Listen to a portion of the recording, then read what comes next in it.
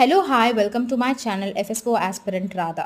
ఈరోజు మనం APPSC forest beat officer PYQ analysis సిరీస్లో కొన్ని ఇంపార్టెంట్ టర్మ్స్ అనేవి నేర్చుకుందాం. జనరల్ సైన్స్లో ఫిజిక్స్ ఉంటుంది కదండి, దాని నుంచి కొన్ని క్వశ్చన్స్ అయితే అడిగారు. అందులో ఒకటి specific heat.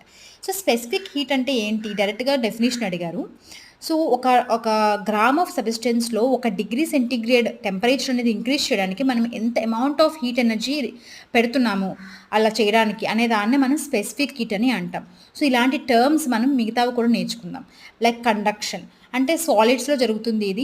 So heat transfer అనేది డైరెక్ట్గా ఒక మాలిక్యూల్ ఇంకో మాలిక్యూల్తో డైరెక్ట్గా కాంటాక్ట్ అయ్యి ఇది జరుగుతుంది అనమాట. జనరల్గా మనం చిన్నప్పుడు చదువుకున్న రాడ్ అనేది ఒకవైపు మనం హీట్ చేస్తే అది ఇంకో వైపు కూడా ట్రాన్స్ఫర్ అవుతుంది అనేసి, అది కండక్షన్కి ఎగ్జాంపుల్. కన్వెక్షన్ అంటే ఏంటి, జనరల్గా ఫ్లూయిడ్స్లో మనం ఎక్కువగా చూస్తాం అనమాట. లిక్విడ్స్ వాటిలో ఎక్కువగా హీట్ ట్రాన్స్ఫర్ జరిగే మూమెంట్ని మనం కన్వెక్షన్ అంటే, ఇక్కడ మాలిక్యూల్స్ అనేవి కండక్షన్ అంత టైట్గా ఉండవు, కొంచెం లూజ్గా ఉంటాయి. Example water. నెక్స్ట్ రేడియేషన్, దీనికి మీడియం అనేది అవసరమే లేదు, డైరెక్ట్గా హీట్ అనేది ట్రాన్స్ఫర్ అయిపోతుంది. బెస్ట్ ఎగ్జాంపుల్ సన్లైట్ అనేది ఎర్త్ని రీచ్ అవుతుంది కదండి, దీనికి ఎలాంటి మీడియం ఏం లేదు, డైరెక్ట్గా సన్ రైస్ అనేవి ఎర్త్ని రీచ్ అయిపోతుంది. ఆ ప్రాసెస్ ఏదైతే ఉందో, ఆ హీట్ ట్రాన్స్ఫర్ మెథడ్ ఏదైతే ఉందో దాన్ని రేడియేషన్ అని అంటాం.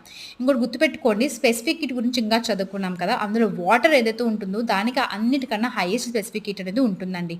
అందుకే దీన్ని కూలెంట్ కింద యూజ్ చేస్తాం. ఎందుకంటే 1 gram substance 1 degree centigrade increase అవ్వడానికి ఎంత అమౌంట్ ఆఫ్ హీట్ ఎనర్జీ కావాలో అదే కదా స్పెసిఫిక్ హీట్ అంటే. సో అవ్వడానికి చాలా ఎక్కువ అమౌంట్ ఆఫ్ హీట్ ఎనర్జీ కావాలి వాటర్కి, అందుకే దాన్ని కూలెంట్ కింద ఎక్కువగా యూజ్ చేస్తాం. లేటెంట్ హీట్, ఇది ఏపీఎస్సీ గ్రూప్ 2లో కూడా అడిగారు.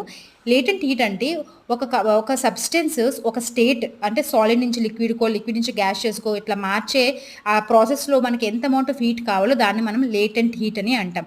హీట్ కెపాసిటీ అంటే మొత్తం బాడీ ఒక ఆర్గానిజం యొక్క బాడీలో ఉన్న టెంపరేచరు 1 డిగ్రీ సెంటీగ్రేడ్ ఇంక్రీజ్ అవ్వడానికి ఎంత హీట్ ఎనర్జీ ఇస్తామో దాన్ని మనము హీట్ కెపాసిటీ అని అంటామండి.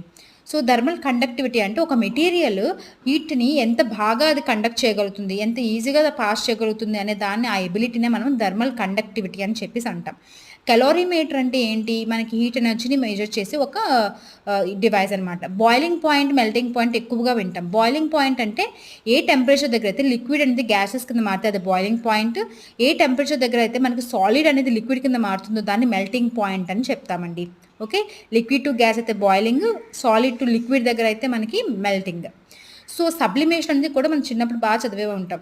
సాలిడ్ స్టేట్ నుంచి డైరెక్ట్గా గ్యాషియస్ స్టేట్కి అనమాట, మధ్యలో ఇంక లిక్విడ్ స్టేట్ ఏం లేకుండా డైరెక్ట్గా గ్యాషియస్ కింద మారితే దాన్ని సబ్లిమేషన్ అని అంటాం. నాకు కామెంట్ సెక్షన్లో ఎగ్జాంపుల్ చెప్పండి. థర్మోమీటర్ అనేది మనకి టెంపరేచర్ని మెజర్ చేయడానికి, థర్మోకపుల్ కూడా టెంపరేచర్ బట్ వెరీ హై టెంపరేచర్స్ని థర్మోకపుల్ అనేది మెజర్ చేస్తుంది. హీట్ యొక్క యూనిట్ ఏంటి,